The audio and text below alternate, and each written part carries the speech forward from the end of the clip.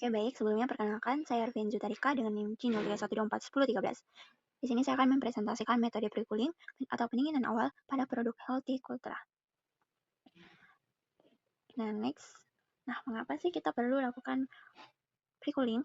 Yaitu dimana kita ketahui komoditas hortikultura seperti sayuran dan buah-buahan adalah makhluk hidup yang masih melakukan aktivitas biologis setelah dipanen. Ketika dipanen langsung dari lahan terbuka di bawah terik matahari, produk tersebut membawa energi panas yang sangat tinggi yang kita kenal dengan istilah panas lapang atau field heat.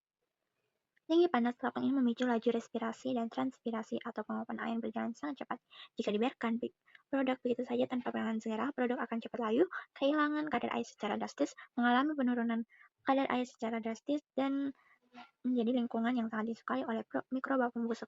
Oleh karena itu, kita membutuhkan penanganan cepat tepat setelah panen untuk memotong rantai kerusakan ini. Okay, next.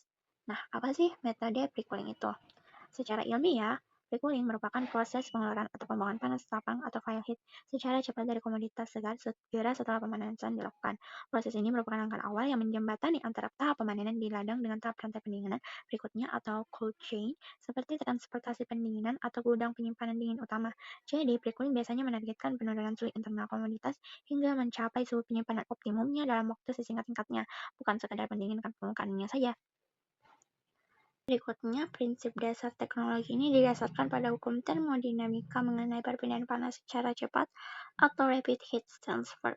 Panas dari bagian dalam jaringan komoditas akan dialirkan keluar menuju permukaan kulit, kemudian panas di permukaan tersebut diserap dan dibawa pergi oleh medium pendingin yang bergerak cepat.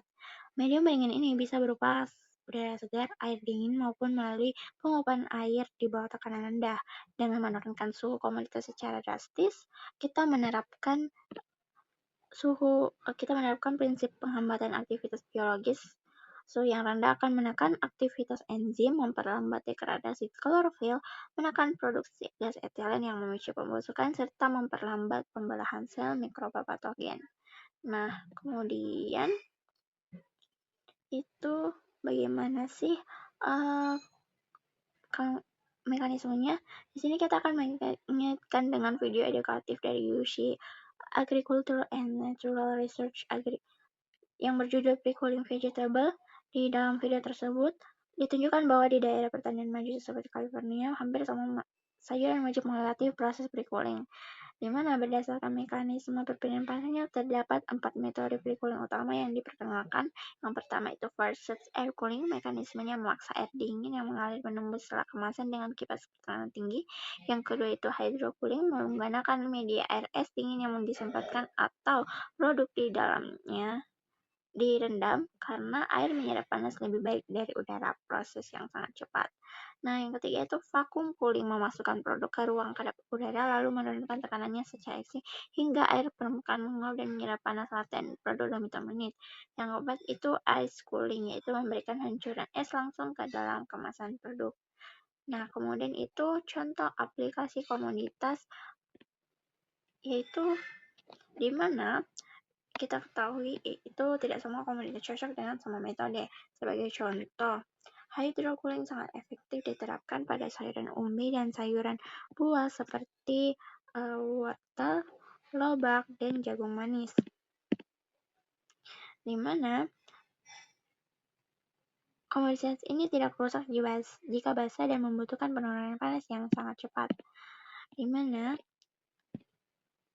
sebaliknya, metode vacuum cooling sangat spesifik diterapkan pada sayuran daun yang memiliki rasa permukaan luas seperti selada, lettuce, dan bayam, di mana metode pendinginan biasanya akan memakan waktu yang lama. Sementara itu, versus air cooling banyak diaplikasikan pada buah, beri, jeruk, mangga, dan apel dikarenakan produk tersebut sangat sensitif terhadap kontak air langsung namun membutuhkan pendinginan yang merata melalui sirkulasi udara.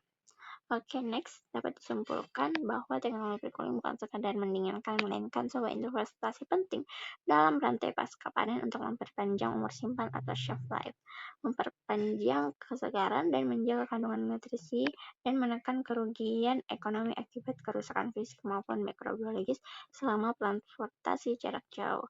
Baik, sekian dari saya. Mohon maaf jika ada kekurangan. Terima kasih, Prof.